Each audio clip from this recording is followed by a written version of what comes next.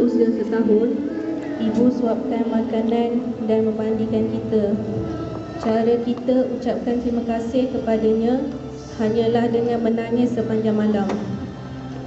Saat usia 2 tahun, ibu mengajar kita bermain. Kita ucapkan terima kasih dengan lari sambil tertawa terkehit-kehit apabila dipanggil. Ketika usia 3 tahun, ibu menyediakan makanan dengan penuh kasih sayang. Kita ucapkan terima kasih dengan menumpahkan makanan. Masuk usia 4 hingga 5 tahun, ibu belikan pensel warna dan pakaian. Kita ucapkan terima kasih dengan mencorkan dinding dan bergolek atas lantai kotor.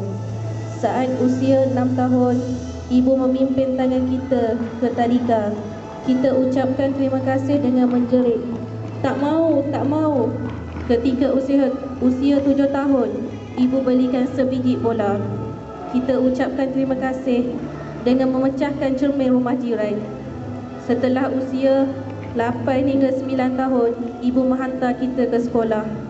Kita ucapkan terima kasih dengan ponten sekolah. Di usia 10 hingga 11 tahun, ibu menghabiskan masa sehari suntuk dengan kita. Kita ucapkan terima kasih dengan tidak bertegur sapa dan asyik bermain dengan kawan.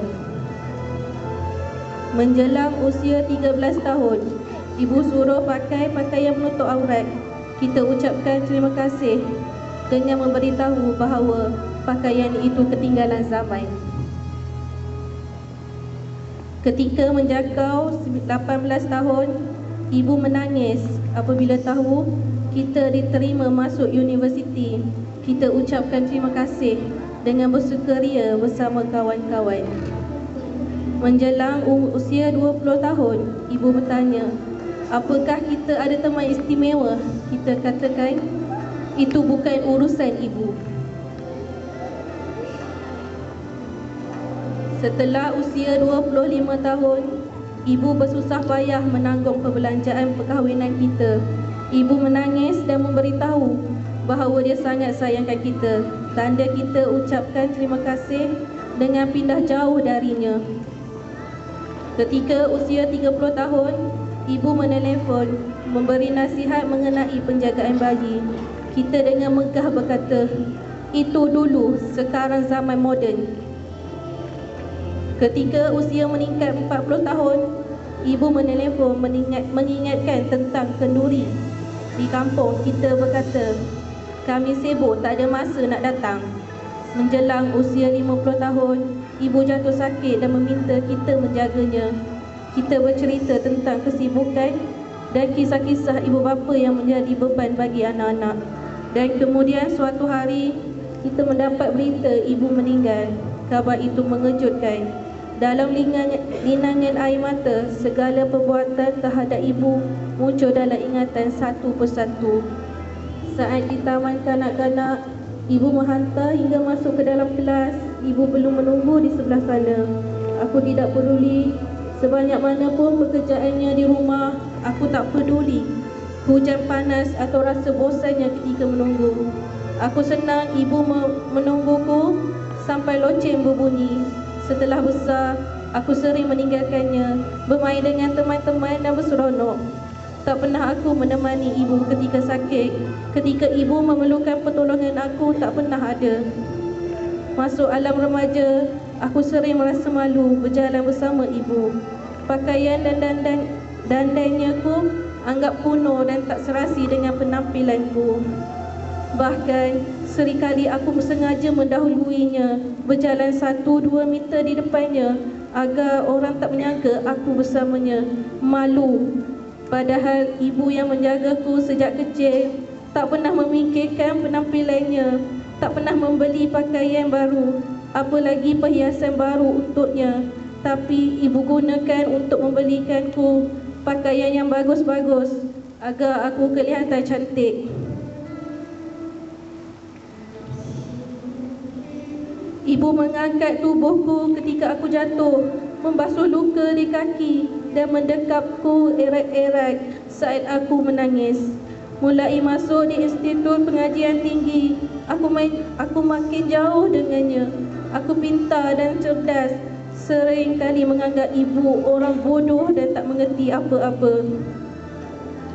Ibu yang ku anggap bodoh, tak berwawasan, tak mengerti apa-apa dan bukan orang berpendidikan. Doa di setiap sujudnya, pengorbanan dan cintanya tak pernah terhenti sedetik pun untuk anak-anaknya.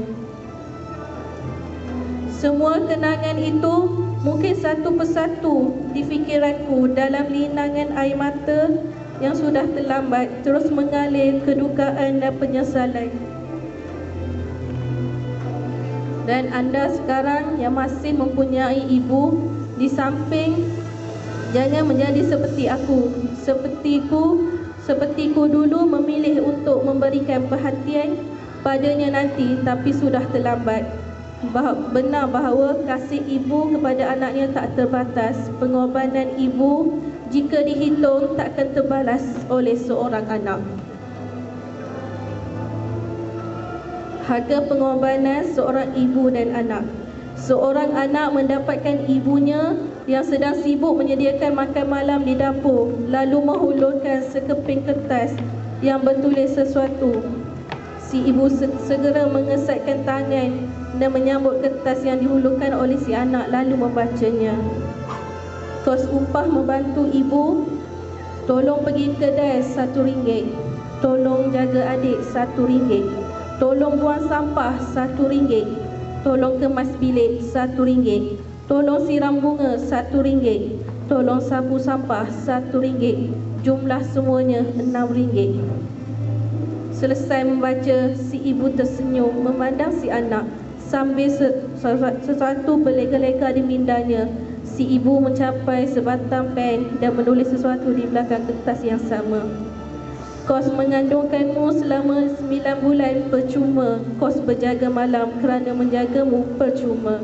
Kos air mata yang menitis keranamu percuma. Kos kerusingan kerana bimbangkanmu percuma. Kos menyediakan makan, minum, pakaian dan keperluanmu percuma. Jumlah keseluruhan nilai kasihku percuma. Air mata si anak berlinang setelah membaca apa yang dituliskan oleh si ibu. Si anak menatap wajah ibu, memeluknya dan berkata, "Saya sayangkan ibu." Kemudian si anak mengambil pen dan menulis, "Telah dibayar," pada muka surat yang sama ditulisnya.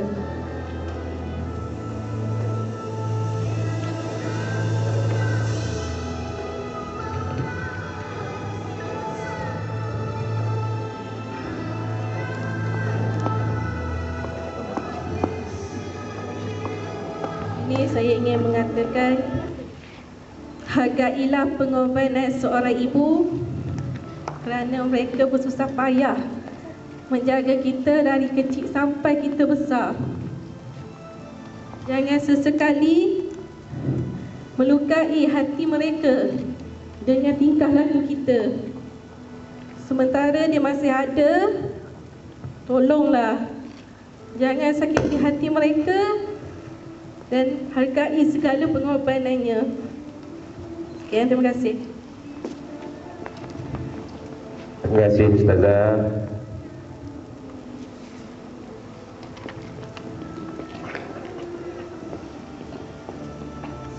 Senang kan jadi anak kan? Nak pergi kedai minta RM1, minta upah. Nak tolong basuh pinggan pun minta upah RM1. Jaga adik minta upah RM1. Ayah balik daripada kerja minta duit untuk bayar tu dan ini, untuk beli tu dan ini. Senang kan jadi anak kan?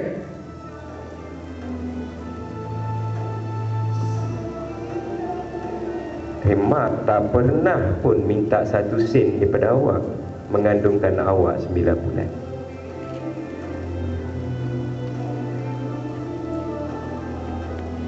Ayah tak pernah pun minta balasan apa-apa yang ayah lakukan.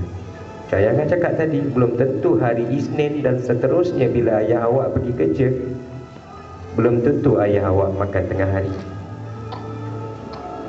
Pukul 10 pagi, pukul 11 pagi dah sarapan sekolah sebab ayah dah.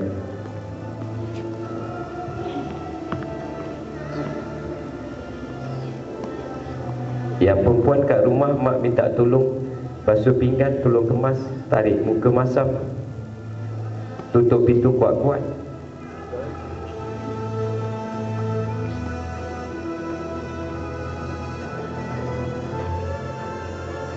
Dihantar ke sini, ayah bagi duit, belanja RM50 untuk bayar program ni, datang sini main-main. Balik pun besok sama juga main-main.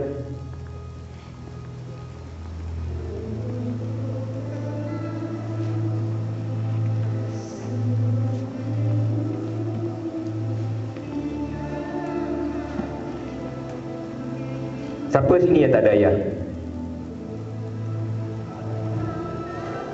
Siapa yang tak ada ayah? Angkat tangan. Kakak, bangun sekejap boleh tak? Akak bangun. Kat depan.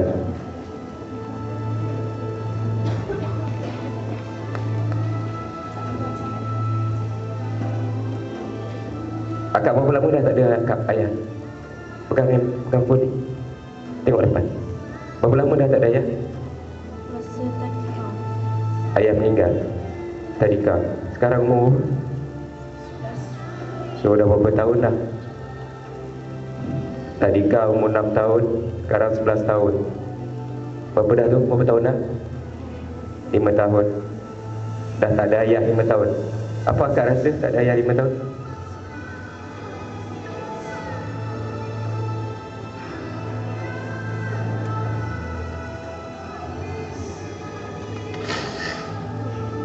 Orang lain ada ayah kan? Untung kan dia orang lain ada ayah kan? Kakak? Betul tak? Untung tak orang ada ayah? Untung tak? Akak rasa dia untung tak dia orang ada ayah?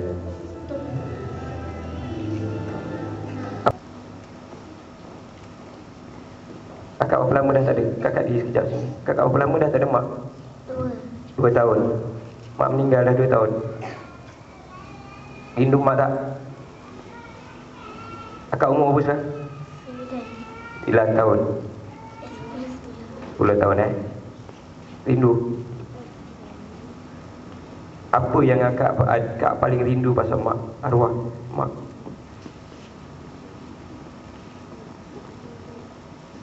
Apa yang akak paling rindu?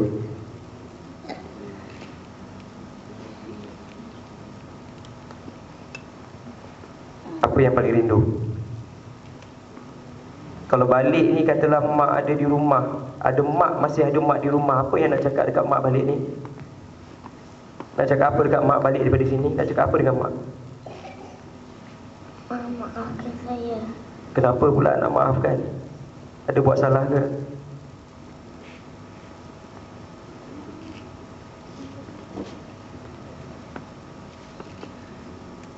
Pesan kat kawan-kawan ni yang masih ada mak, tapi mereka tak sedari, tak tahu nak hargai mak, tak tahu nak hargai jasa mak, tak tahu nak hargai jasa mak bapak.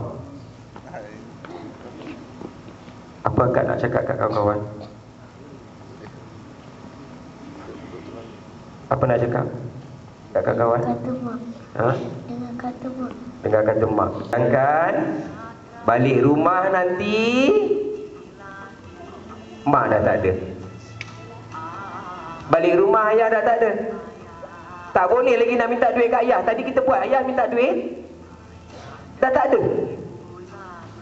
Balik rumah dah tak ada tempat nak minta duit dah. Dah tak boleh cakap. Dah tak boleh cakap ayah nak minta duit dan sebab ayah dah tak ada. Balik rumah dah cakap mak tolong masakkan ni, tak boleh. Sebab mak dah tak ada.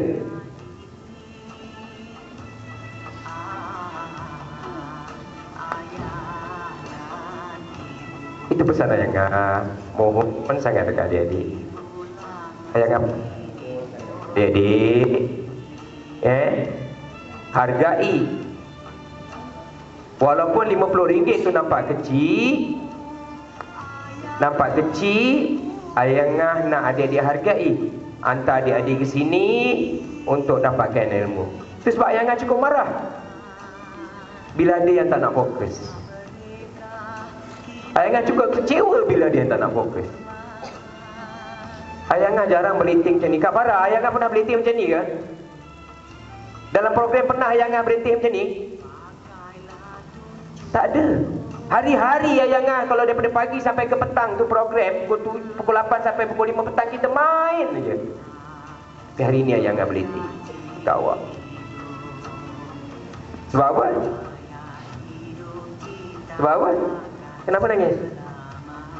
Kenapa nangis? Ha? Kenapa nangis? Tak nangis kan? Tak nangis, okey.